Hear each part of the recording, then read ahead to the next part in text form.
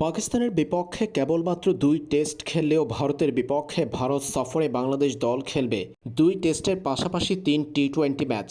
কদিন আগে রাওয়ালপিন্ডিতে একে একে পাকিস্তানকে ২ টেস্টে পরাজিত করে আইসিসি টেস্ট চ্যাম্পিয়নশিপের সিরিজটিতে পাকিস্তানকে হোয়াইট ওয়াশ করেছে টাইগাররা, যার মধ্য দিয়ে আইসিসি টেস্ট চ্যাম্পিয়নশিপের ফাইনালে যাওয়ার পথ সুগম করে রেখেছে নাজমুল হোসেন শান্তর দল।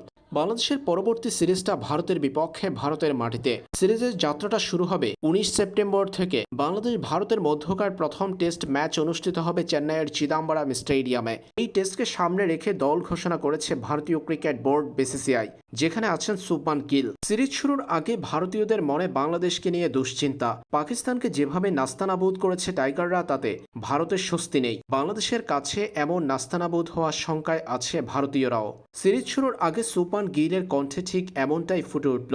বাংলাদেশ প্রসঙ্গে শুভমান গিল বলেন, আন্তর্জাতিক পর্যায়ে যারা নিয়মিত খেলে তাদের হালকা ভাবে নেওয়ার কোনো সুযোগ নেই, বিশেষ করে বাংলাদেশকে তো নয়ই।